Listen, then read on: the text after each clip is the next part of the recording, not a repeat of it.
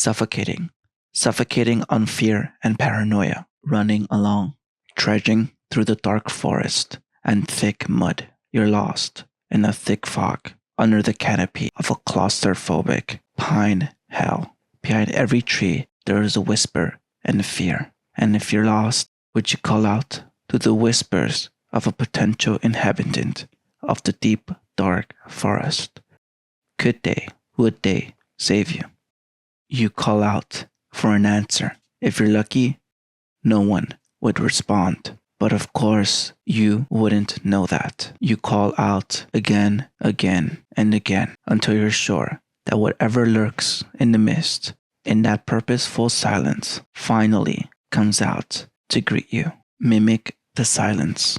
Worship it as your shield, lest whatever lurks in the void finds you first. If they do, make sure to draw first, so you won't regret it. Our sun is but one in a billion, situated within the Milky Way galaxy. Planets with the capabilities of supporting life should exist. And within a fraction of those planets, alien civilizations. And within another fraction of those civilizations, ones that have upgraded to interstellar travel.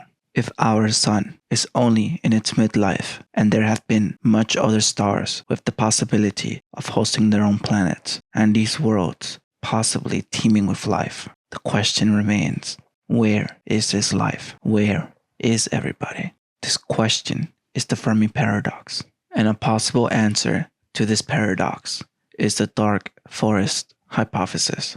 What this hypothesis proposes is that if alien life does exist, then it is silent and hostile. They presume that all life is like this as well, leading to the hypothesis in the first place, like a snake consuming itself. The theory itself is dark and foreboding, and one that seems to imply that all beings in the universe are hostile to each other. Perhaps it's like this for a plethora of reasons. One that interests me the most is that there is a rogue civilization out there that is purposefully eradicating any new fledgling world from climbing the technology tree.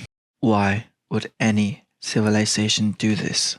Of course, we have no direct alien life to draw conclusions from, but we do have humans and our very own civilizations to draw inspiration from. What happens when a more advanced civilization makes contact with its lesser? Of course, it doesn't always end in a massacre, but the differences in not only technology but culture would be quite stark, leading to unavoidable and inevitable differences, challenges, and confrontations, especially with an alien way of thinking. European colonialism in the Americas is the perfect example of what happens in this situation. The Spanish coming into contact with the natives for the first time, of course, wasn't entirely hostile. Most humans don't go for the hostility option, as the support of the natives while exploring these lands would be more beneficial than fighting a war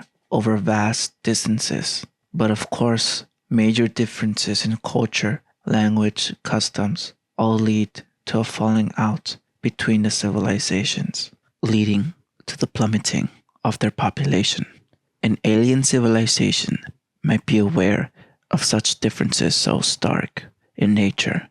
Our very bacteria and microorganisms could be deadly to them, so very alien to them. Why risk having the invisible enemy be the deciding factor in whether you live or die? Why not shoot and ask questions later?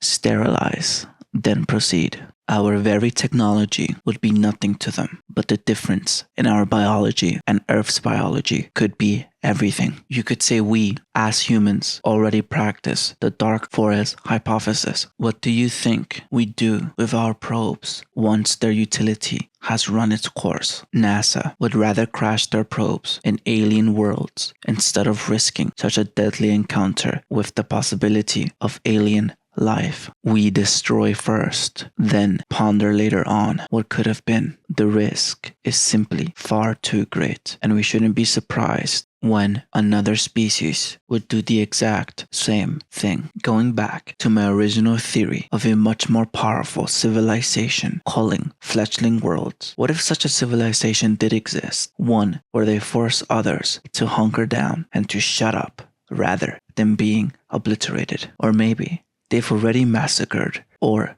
assimilated everyone that dared to cast their voices into the void, much like we have been doing with radio waves since their invention. If that's the case, it could explain why no one has answered back, but it doesn't quite explain why we haven't been attacked. If shooting first is such a mainstay idea within alien civilizations, this rogue world would be able to expand themselves in only a few million years and could encompass much of the Milky Way galaxy within that time frame, especially if they are able to hijack other civilizations' worlds, wealth, infrastructure, and maybe even assimilation of their species. So why haven't we been conquered yet? This loops back to the original paradox. Where is everybody? We have been sending signals out. We haven't exactly been the most quiet. So, hypothesis disproven, right? Well, from the time the first radio came into existence, around the 1920s, we have been screaming into the void. But two things. One, the void is vast. And two, a century isn't exactly long in cosmic time. We, as a species, just haven't been around for much. Or maybe we haven't unlocked a technology that would help communicate perfectly over vast distances. We might have been screaming all this time, but maybe we haven't realized we are mute. A much more reasonable take, but one I don't like, simply because I don't think it's as cool. Allow me to give a much more fun take. Maybe we have been heard, but the hostile alien race hasn't been able to get to us. Maybe they are busy, locked in a distant war with another civilization, perhaps one that rivals them in size. Perhaps we truly are lucky enough to be small and not a priority to come and destroy. A distant war being fought is much cooler and would help explain why, if the answer to the Fermi paradox is the dark forest hypothesis, why there hasn't been any aliens. Perhaps trade, communications, and travel has been suspended for the sole purpose of such a massive war. And I would assume that such a struggle would be either spanning generations or be done in a quick few hours. Of course, the former would have to be the case if we are to assume this theory. If extraterrestrials are anything like us, then war in itself isn't something that would be stripped away from them. If there is differences that exist, trade, economy, politics, then you can rest assured that war is involved. A war isn't always about conquest. And yes, wars do cost a lot of resources, but the act could be more of a political one, such as destroying them before they destroy us. Maybe a religious one, a jihad of sorts, a trade war of influence, or simply the simple case of survival. If both civilizations are aware of each other and both have this mindset, heck, even just one having this mindset of the dark forest, all it takes is the first shot to start a massive generational war, with the only outcome being the complete subjugation of the other. Although the dark forest hypothesis is a very interesting take on the Fermi paradox, we have no evidence besides hoping that aliens think like us, but that is an oxymoron. Of course, if a species that came to be from a distant planet or moon, it would not be or think like us at all. They would have different desires, needs, and goals from us. They would truly be alien, and a reason to the Fermi paradox would be one that we haven't thought of yet. One that might be super obvious or super alien to us. I want there to be aliens because that would be so cool. I want there to be an explanation to this question. Where is everybody? If the universe is ever expanding and there are billions of planets, where exactly is everyone? Even just one other advanced alien civilization would be pretty self-evident if they cared about being silent. Of course, under the dark forest theory, they would shut up and wait until an ignorant world screams into the void for their last time.